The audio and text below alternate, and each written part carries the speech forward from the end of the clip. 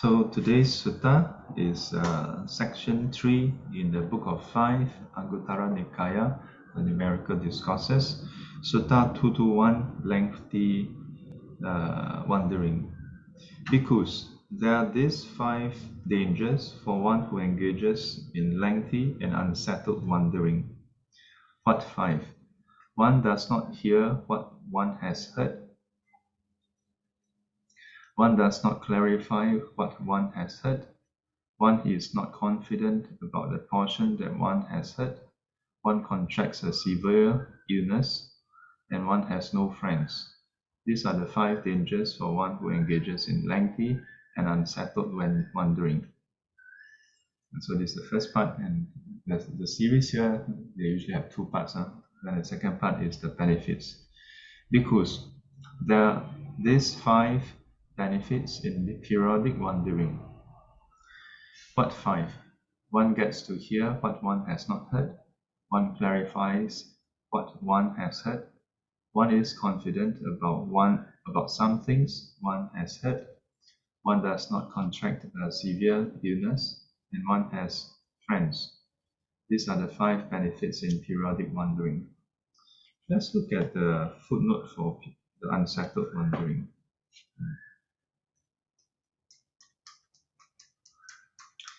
So the Venerable Bhikkhu Buddhi highlights that another commentator glosses the latter with a different term,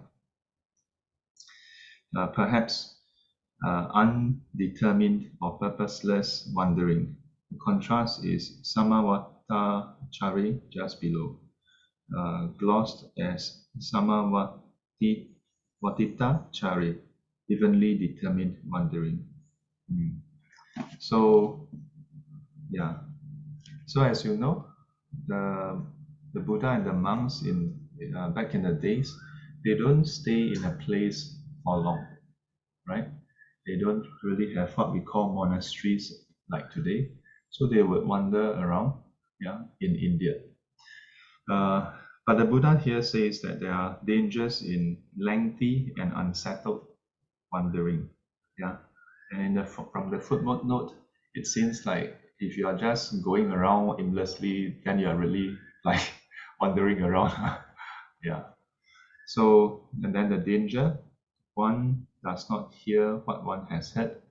In the context of the Buddha's time, then we can perhaps understand and appreciate why this is the case. Today you can listen to Dhamma talk just online. In the Buddha's time, anyone who want to listen to the teaching, you have to encounter the teacher physically, be in the presence of the teacher. So if you were to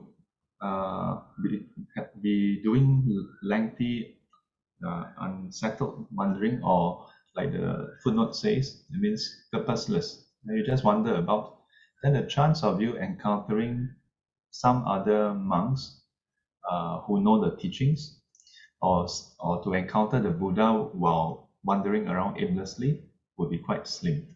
Then you wouldn't hear what you have not heard. So you will find that in some suttas, it talk about how the monks would ask about where the Buddha is, and then they would move towards where the Buddha is to listen to his teaching. Then after some time, then they will go to some other places, or they will ask, where is Venerable Sariputta? Where is this senior monk? Where is that Arahant? Then they will go towards that place. So it's not just randomly.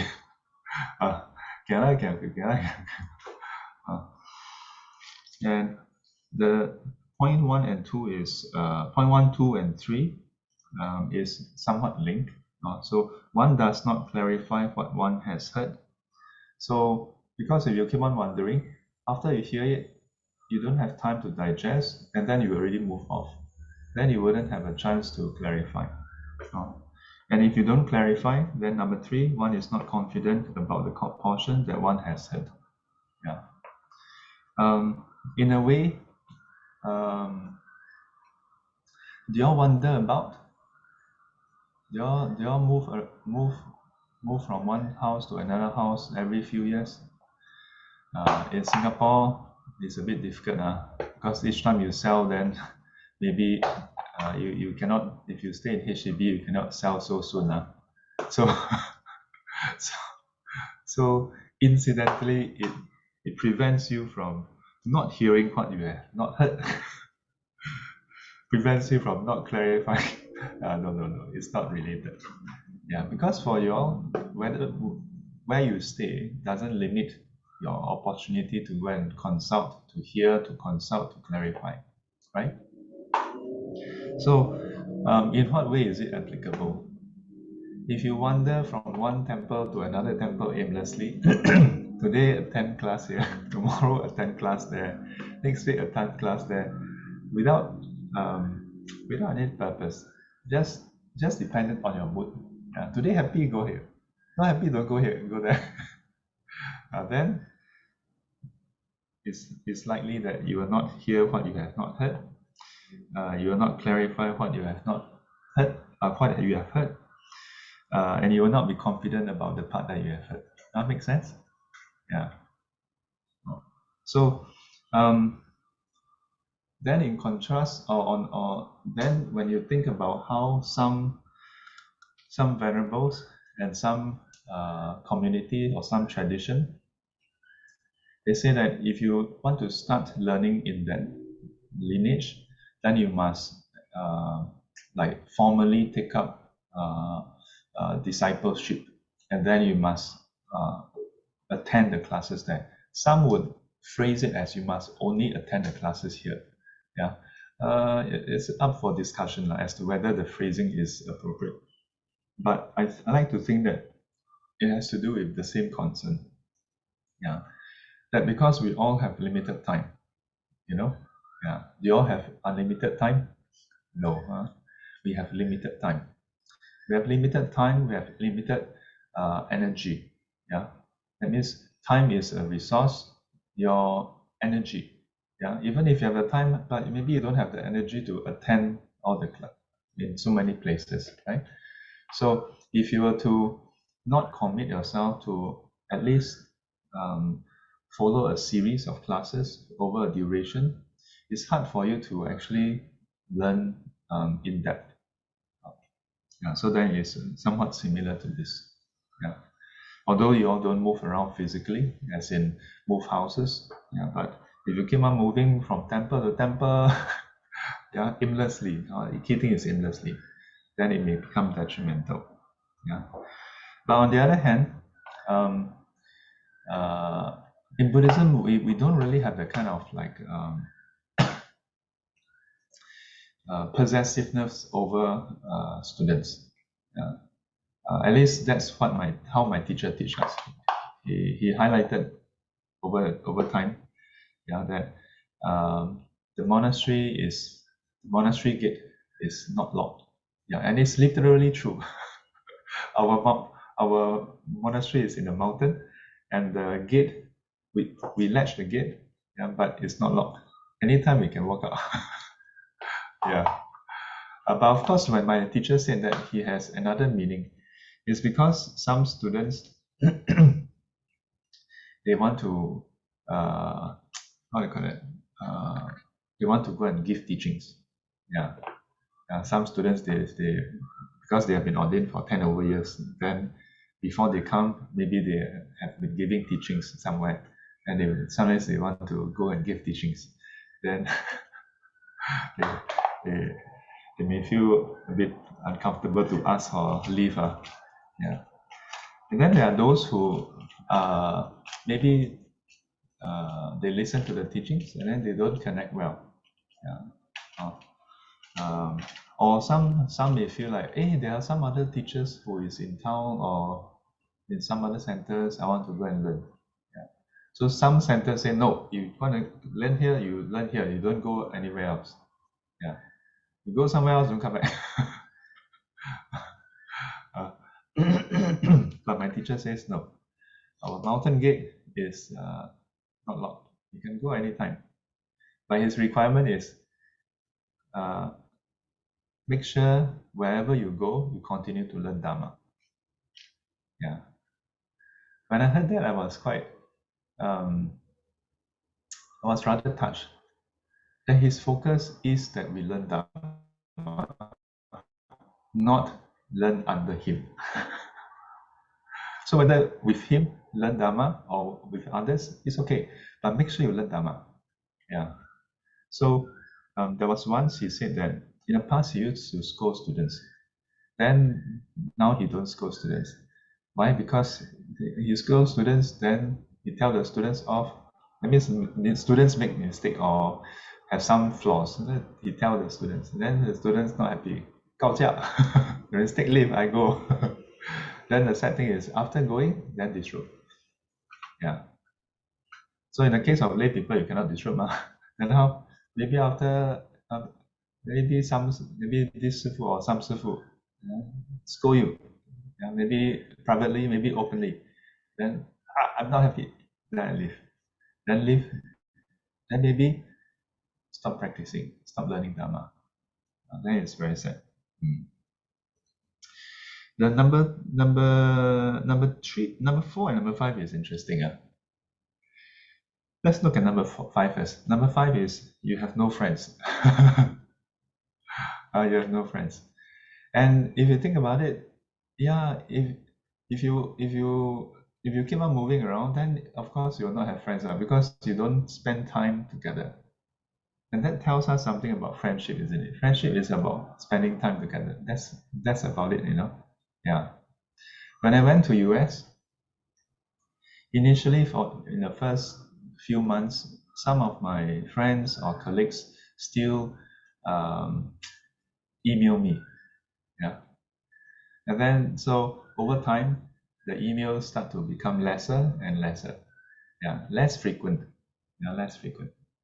And eventually they stop emailing me. Yeah. I don't know how many people will feel sad over it. Yeah. That your friends stop contacting you. And I can't say that I don't take notice of it. Of course I take notice, that's why I tell you, right? So when I thought about it, and then I must say that for for a while, I was a bit like, this is all friendship is. No matter how close, if you're not there, then bo kam jing liao. Yeah. But then after a while, I reflected on it. I thought, but that's how things are. What do you expect? You are not there, then you expect them to keep on hello, hello, hello, hello. Hello with you for what? Yeah. I'm not sure whether it is cynicism or realism. I like to think that it's realism. Yeah. But to see that friendship is also dependent on conditions. Yeah. And that's why when I conduct the Heart Sutra, I highlighted that relationships is dependent arising. Yeah. It's a bit through my own experience and reflection. Yeah. But my point is not to become cynical. My point is not that, then is whatever, but that when you have it, you should cherish it. Yeah. And if you want to prolong it, you need to put in effort. You cannot assume that because this one is my best friend, I don't have to do anything, then forever must be my best friend. You cannot assume that because we get married, we sign a contract, you must be my wife, I must be your husband, we wear a ring somewhere. Then so what? Yeah. Still dependent on conditions. Yeah. If you don't put in effort, yeah, you keep on spending time apart, then it will win. Yeah, it will win. And you cannot blame people for being distant from you. This is how things are. Yeah, nothing to be sad, nothing to be angry over. This is how things are. Yeah. So if you keep on moving around, of course you will not have friends. And in a way, I can appreciate it because I heard that, or I observed that among my friends, when they go from let's say primary school to secondary school to JC or poly, and then from there to university, they oftentimes uh, they oftentimes cluster with their friends. Even subject combination, even tutorial groups, they try to ask which friend is going where, then they go there, you know. But all the way until university, my choice of school was chosen by my sister, which I really appreciate because I kind of I don't know whether it's because I couldn't care less or I don't know what to choose also. Yeah, but it was just not in my mindset to choose based on friends. Somehow, I don't know why. Like like my sister can choose all she want, right? But I didn't protest and say, hey, none of my friends is going to ticket tech, you know.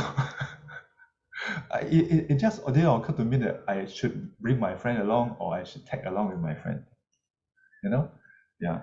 And even when I choose subject combination, I didn't, it was just not a consideration to ask, to think or ask, hey, what subject are you choosing? What course are you going? I somehow I'm just like that. But then I observe a consequence. The consequence is no, no friends. No lah, not no friends lah. Still have friends. But it's just that it's different from how some people, because you put in effort to really like catch that friend, you know, like you primary school, then you just happen to be in the same class, then sit together, then every time you go tuck shop, then you come, let's go tuck shop together. Then eventually the friend feel like, hey, you like me so much, you know, you're a good friend. Right? It feels good that someone somehow the person keep on tagging along with you, right? Yeah. So people will feel good and then become friend, right? Ngam ngam.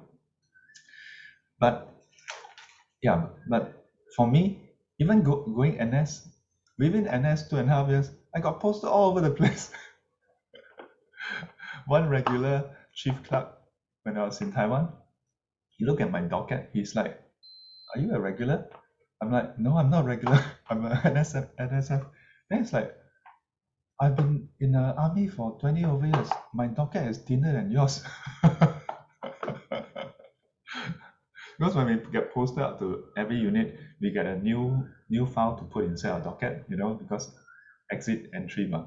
So so he was like, how come your docket is so thick? I got posted all over the place. And as a result, you'll notice that I seldom mention about NS friends. Yeah. Yeah. Those who know me personally, I may talk about NS. Yeah, if you talk to me about NS, I will talk to you about NS also. And I can talk about, like, frankly, from any unit you are in, I can probably talk about it because I'm exposed to so many different units. You know, I have something to talk. But you will almost never hear me talk about NS friends. Yeah, because you don't stay together for long enough to form a friendship. 3 months at most, longest is in Taiwan, 6 7 months, that's it. Yeah. And then after NS, I don't keep in touch with people. Yeah. So just nice become a monk. Yeah. Yeah, but here then why did the Buddha say, you know, then you have no friends? Yeah, because this also tells us something, that even if you are on a spiritual path, you cannot do it alone. Very tough. Very tough. That's why those who are able to attain enlightenment by themselves but not attain Buddhahood is given a special term, Pachika Buddha. They attain enlightenment by themselves, and after that they don't establish the Sangha. They don't give the teachings. Arahants, arahants still associate with others.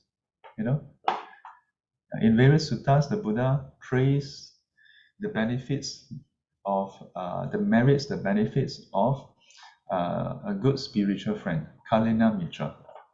So this is related to this, because and 1.123 is related to point 5.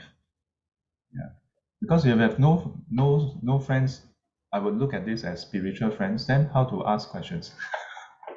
Then you only have your own question, and you know, But number 4 is interesting. One contracts a severe illness. Yeah. I don't know whether it's because of the way a different culture expresses it. But I would think that it's more like one may contract or have a higher chance, You keep on traveling around. So this is relevant to us today. You keep on going out. Chinese have a saying. Uh, what is the saying? Uh, what is that saying? Something to do with mountain and tiger. Uh, do you remember? 上得山多，终遇 Zhong 虎。Yu yes, yes. I cannot remember the Zhong Yu. Then I said, what's that? Where's the first part? 上得山多终遇虎. Yeah, yeah. So if you keep on going up to the mountain, one day you will meet the tiger. Yeah. So if you keep on going out, one day you'll get COVID.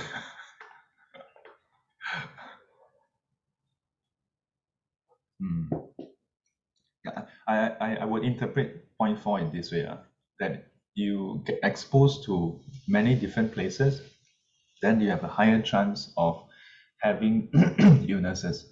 Yeah. Or another way, on top of that would be if you keep on traveling, then your health would be affected. Yeah, because traveling is tiring. Yeah. And if you consider in the Buddha's time, when they move around, it's not like us drive a car, take Grab, or you take a plane, fly around. In the past, they walk. Really yeah, so it's quite straining on the body.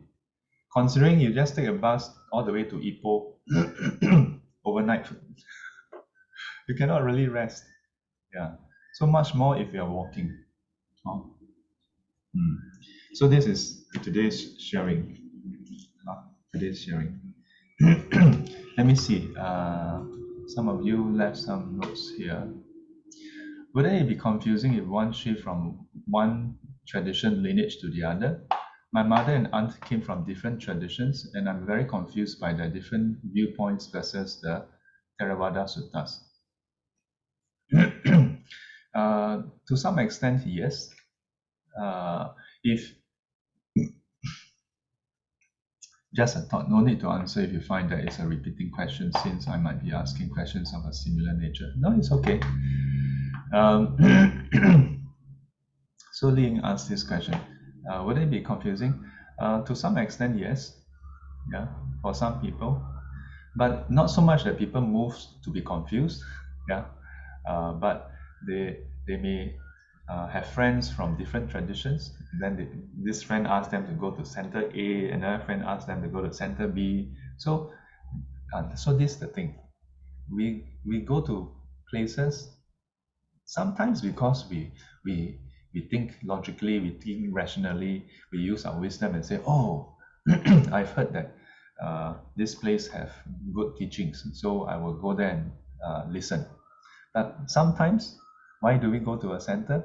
Because gamjing, and because of our relationship with this person. This person is our dear friend. Our friend and this friend asked us a few times. So we are embarrassed if we reject the person anymore. So we go. Then another friend, this one primary school, even better. This one primary school friend asks you to go, or primary school friend cannot do not you can't say no. Otherwise, next time when you meet up, feel a bit awkward. Okay, go. Then that one, oh, your auntie, oh my, your dearest auntie asks you to go. So if we go to different centers based on relation, then you'll be very busy. Yeah. For some people, you will find it confusing, especially if you just touch and go all over the place. Yeah. But in my experience, if you have learned enough of the tradition, deep enough to appreciate the depth and the breadth, and then you go to another tradition, you will find it very intriguing, the differences. Yeah. And you will perhaps appreciate the differences, the existence of the differences better.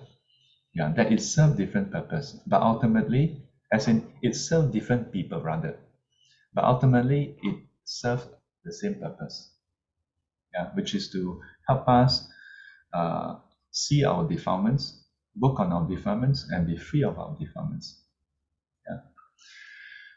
But I think not having an overly close-knitted bunch of siblings, cousins, and too much friends is good in a way, that you don't need to account for everything you do to everyone. That's how I could get many things done that suits me without caring about what people feel. Haha. Yeah. Oh, this part I don't know whether it's supposed to be read out. I already read out. Yeah. So, halfway through reading that, I realized, a bit personal.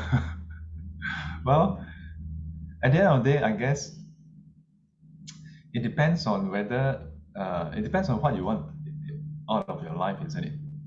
You know, if your only consideration is what you want to do, then so be it.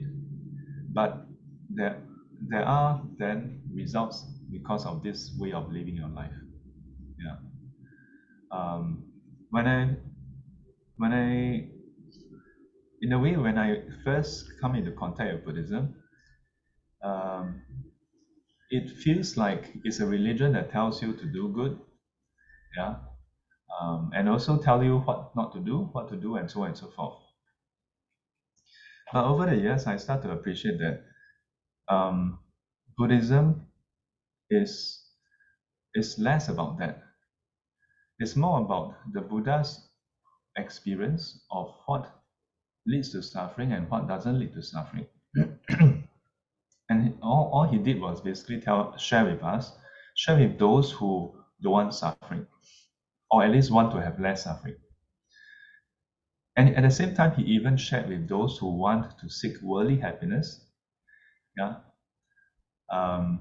Except that he shared with those who want worldly happiness ways to obtain worldly happiness without creating more problem in the process. And so you find that if you really go down to the crux of the teachings, there's very little mandatory things to do. You know, yeah. There's very little mandatory things like you must like that, cannot like that. But you may say, but Sifu, don't we recite the 5 precepts every day?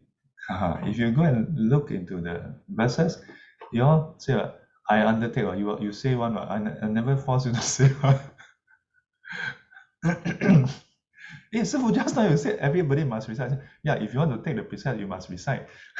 If you don't recite, then you're not taking one. That's why you all must recite. I cannot recite for you. Yeah. And in fact, just now when I clarified, right, I thought about it. Actually, in a way, it's not a recitation, because recitation you can recite without thinking one, without feeling. So by right, it should be that you are saying it like you mean it, that you mean it, that I undertake the precept to abstain from killing. Yeah, to say it with conviction. And in retrospect, when I think about the times where we go for the higher ordination, when they recite the verse and they ask us, 如是菩萨佛, then even though we are there for ordination, about 450 of us, 150 monks, 300 nuns, then it's quite impressive. Or 是菩萨, but yet the preceptor told us, 你们讲的每个都是年轻力壮的you young man, young monk, young nun, you all don't have energy. I one person louder than of course he's using mic. But his point to us is, you must say it with conviction. Yeah. If at that moment you cannot even say with conviction, then after that, how to have conviction, Yeah. In a way, it's like when people get married, right? Then the solemnizer asks, do you take so and so as your legally wedded wife, to care for her, to love her, blah, blah, blah, blah, right? And then after that, you say, I think so. Can or not? Yeah, I will try. Maybe. Can say maybe or not. Let me think about it. Cannot, you must say with conviction. I do. It's the same. Yeah. 能吃否？能吃. Yeah, to say with conviction. So in Buddhism, all the practices is about your own decision. Because why? Karma is volition. You cannot just say it without meaning it and then have results. Cannot. Yeah. Also, I wouldn't say that it's technically right or wrong. Yeah. But there's one part which strikes me. That's how I could get many things done that suits me. That suits me without caring about what people feel. Yeah. It's not for me to say whether it's right or wrong or it's good or bad to not care about how people feel. Yeah. But imagine if you're in a lift and someone feels something down here and then he just decided to just let it out. And then yeah. And then you're like, then he's like, well, I don't care how you feel. Imagine if everybody just do what they want to do without caring about how people feel. The world will be quite interesting, in a bad way, in a not so nice way. And not so nice, not because I'm judgmental or whatever, but because it means that the chance of people doing things that cause others inconvenience, displeasure, discomfort would be quite high. Yeah, there may be a case where people do what they do without caring how you feel but it happen to make you feel happy. For example, they don't care about how you feel. They send you $1,000 every day. Huh? Your boss don't care how you feel, but give you 10 months bonus. And then like, here's your letter. And I said, huh? Why you? Huh? Wow, 10 months bonus. Yeah, I don't care. You get 10 months bonus. I know you don't want 10 months bonus, but I give you 10 months bonus. What's the chance that when your boss do what they want to do without caring how you feel, it'll be a 10 months bonus? You know? Yeah. When companies don't care how employees feel, then they just fire you, fire happily. Yeah. Probably not the best idea. But think about it. So my 2 cents worth, but honestly, my current best friends who've really helped me through life's challenges are in the SCF. Yeah. And so imagine if your best friends just do what they want to do without caring how you feel. I'll think about it now. You know the Samsonite? Do you all remember back in the, I think, 80s and 90s, there's a Samsonite advertisement. I don't know whether they still advertise nowadays. I think now with travel plans all cancelled, Samsonite is in trouble. They have this advertisement. The tagline is, life's a journey, we'll help you pack. Can you all remember? Cannot remember. Yeah, I always get very intrigued by advertisements. Yeah, because they always come up with very interesting catchphrase, you know? Yeah, yeah, very interesting catchphrase. And in a very interesting way, life is indeed like a journey, isn't it? Yeah. And you will meet different people. Some people will spend more time with you along the journey. Some people will spend lesser time. Some people will choose to stay with you. Some people will choose not to stay with you along the journey. Sometimes people choose to stay with you, but they are taken away from you against their will. Yeah. Sometimes people stay with you not because they want to, but because they're stuck with you. The question is, many times we spend our life just improving the car. Like imagine if your journey is your life is literally a journey in a car. Many times we spend our time improving the car, improve the seat belt so that we can live longer, install a better aircon, change the oil so that we can go faster. Don't know where we are going also, you know, yeah, go from one place to another place. But what's the purpose? Yeah, why are we doing all this? Yeah. In some places, some people say that Buddhism gives us a reason. Yeah, that the purpose is to attain Buddhahood. Yeah. Maybe maybe I haven't read enough.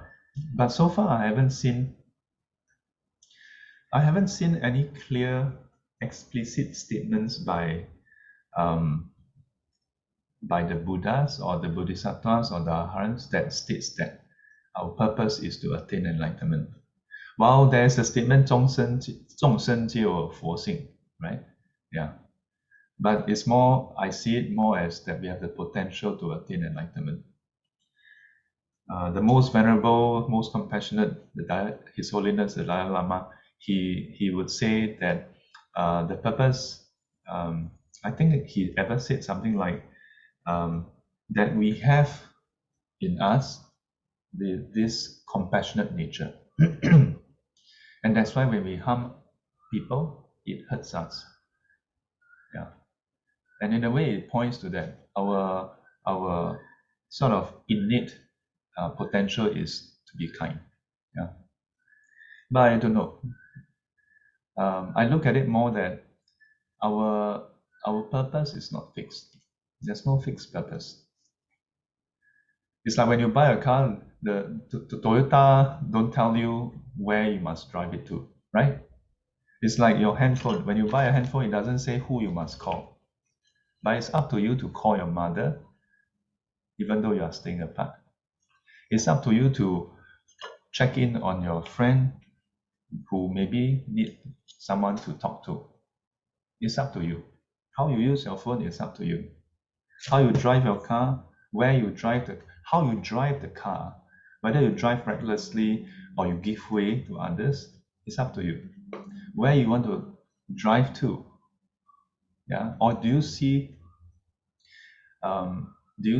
yourself being capable of driving people to places without being preoccupied with having some final destination? That would be the Bodhisattva path, by the way. That you are able to be okay with being on the journey in perpetuity. And all that is up to you.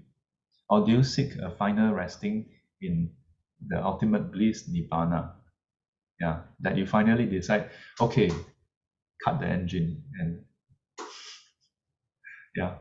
find a safe spot, cut the engine and just how late. That would be the path of the Shravaka. To say enough of all this wandering about, this traversing from life to life, from realms to realms. Yeah, enough of that. I need a break. I need a rest. Yeah, all that is up to you. But while we are at it, I hope you find peace. I hope you find happiness, and I hope the time we spend together in the morning sit will help you in your journey. Amitabha. 愿消三障诸烦恼，愿消三障诸烦恼，愿得智慧真明了，愿得智慧真明了，不愿罪障悉消除，不愿罪障悉消除，世世常行菩萨道。世世常行菩萨道。阿弥陀佛。阿弥陀佛。 Till we meet again, may be guided and protected by the Buddha, Dhamma, and the Sangha. Sadhu, sadhu, sadhu. And as always, 乖乖。 reminder. So today we have a special talk by Bhante Vimalajuti. Yeah, on the 5 enabling virtues. It'll be the topic for SGC today, 1:30. This will be on Zoom, right? No, 师傅 is premiere, it's a pre-recording. Okay. So you will be played online. Yeah. So remember to go online and watch it. Okay. All right. Take care. Stay safe. Thank you, 师傅. Yeah. Have a caring day ahead. Thank you, 师傅. Thank you.